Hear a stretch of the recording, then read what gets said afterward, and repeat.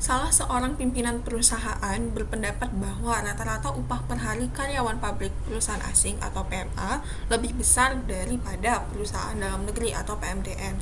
Untuk itu, diambil sampel masing-masing 110 karyawan dengan rata-rata upah PMA Rp225.000 per hari dengan simpangan baku Rp18.000 per hari dan 120 karyawan rata-rata upah PMDN Rp210.000 per hari dengan simpangan baku Rp20.000 per hari.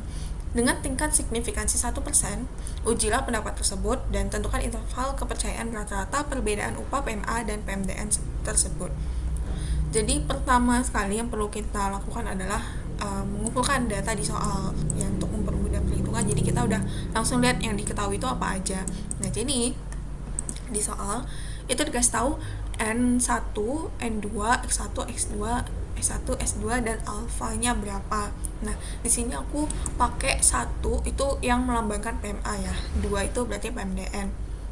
Nah, jadi di sini N1-nya itu 110 ya. 110 karyawan gitu. X1-nya itu ini X bar 1 ya. Maaf. X1 bar. Oke, jadi rata-rata atau sampel 1 itu 225.000, yang X2 itu 210.000. S1-nya standar deviasinya ini 18.000, sedangkan yang sampel 2 itu 20.000. Nah, alfanya 1%, dan di sini untuk degree of freedom-nya itu disuruh pilih yang mana yang lebih kecil antara N1 kurang 1 atau N2 kurang 1. Berarti kan hasil lebih kecil itu ketika N-nya tuh lebih kecil kan. Nah, di sini yang PMA itu lebih kecil N-nya, berarti degree of freedom-nya adalah 110 kurang 1. Nah, kita tuh pakai formula yang mana sih gitu. Karena kan banyak ya terkait min 2 sampel.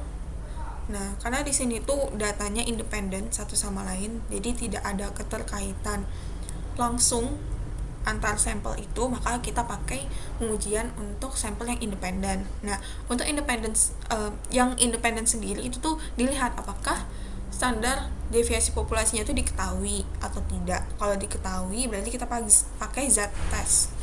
Jadi kita bakal hitung z-nya tuh berapa. Nah, berhubung di soal ini tuh nggak dikasih tahu kan karena deviasi populasinya, maka kita pakai t-test.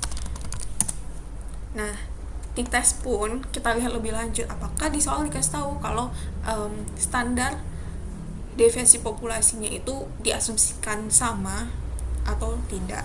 Karena di soal nggak ada disebutkan apapun terkait standar deviasi populasi apakah sama, besar atau tidak, maka kita pakai rumus yang ini. Dan yang mana ini tuh nggak diasumsikan bahwa standar deviasi populasi 1 dan 2 itu sama besar gitu ya. Nah, sekarang kita mulai dari menuliskan original claim dan alternative claim-nya. Nah, karena tadi itu klaimnya itu adalah rata-rata upah per hari karyawan pabrik perusahaan asing atau PMA lebih besar daripada perusahaan dalam negeri. Jadi min untuk PMA itu kan lebih besar ya daripada min untuk yang PMDN. Jadi di sini itu original claim-nya ini mu1 lebih besar daripada mu2. Nah, lalu bagaimana dengan alternative claim-nya? Berarti tinggal kita balik. Berarti mu1 itu lebih kecil sama dengan mu2. Nah, dari original claim ini kita bisa menentukan nih H0 dan H1-nya. Nah, H0 itu harus mengandung equality. Jadi yang alternative claim ini kita jadikan H0 dan original claim kita jadikan H1. Nah, di sini juga kita kalau mau ganti sama dengan juga boleh ya kalau ngikut Riola. Oke, sekarang kita mau menghitung t-test statistiknya. Nah, di sini rumusnya ini ya, X1 kurang X2 kurang mu1 kurang mu2 bagi akar dari variance yang sampel 1 dibagi N1 ditambah variance sampel 2 dibagi N2. Nah, X1 kurang X2 berarti kan ini 225.000 kurang 210.000. Ini maksudnya X bar 1 kurang X bar 2 ya, maaf. Sedangkan kalau yang mu 1 kurang mu 2 itu asumsikan 0, biasanya 0 gitu ya. Nah, baru deh untuk yang penyebutnya. Jadi akar dari varians sampel 1 bagi jumlah datanya, lalu begitu pula untuk yang sampel 2, maka diperoleh T-nya itu sebesar 5,986. Nah, berikutnya kita bisa menghitung ininya, critical value-nya. Jadi bisa pakai rumus lagi di Excel. Ini karena dia rectangle ya, kan ini tandanya ini ya satunya.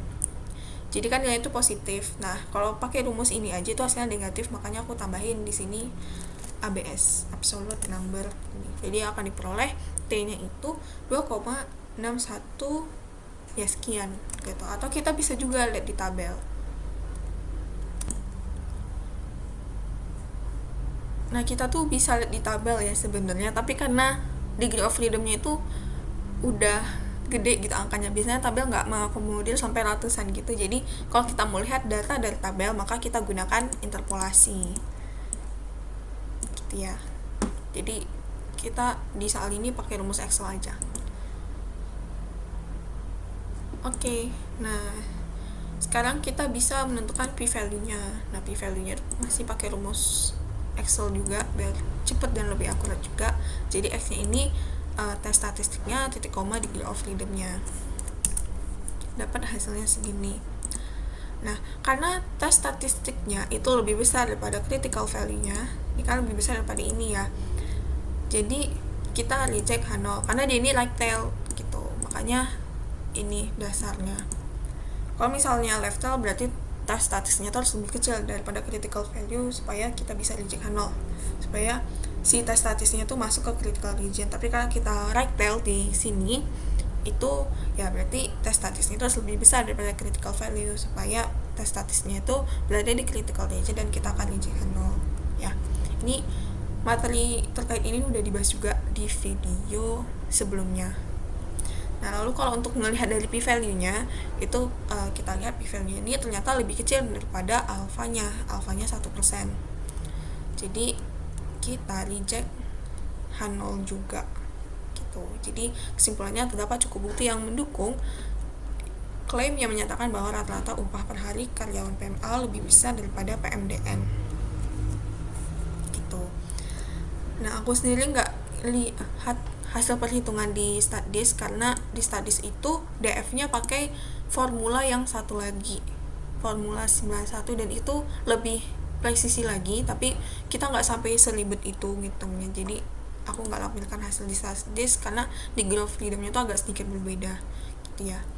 Oke, lanjut yang B.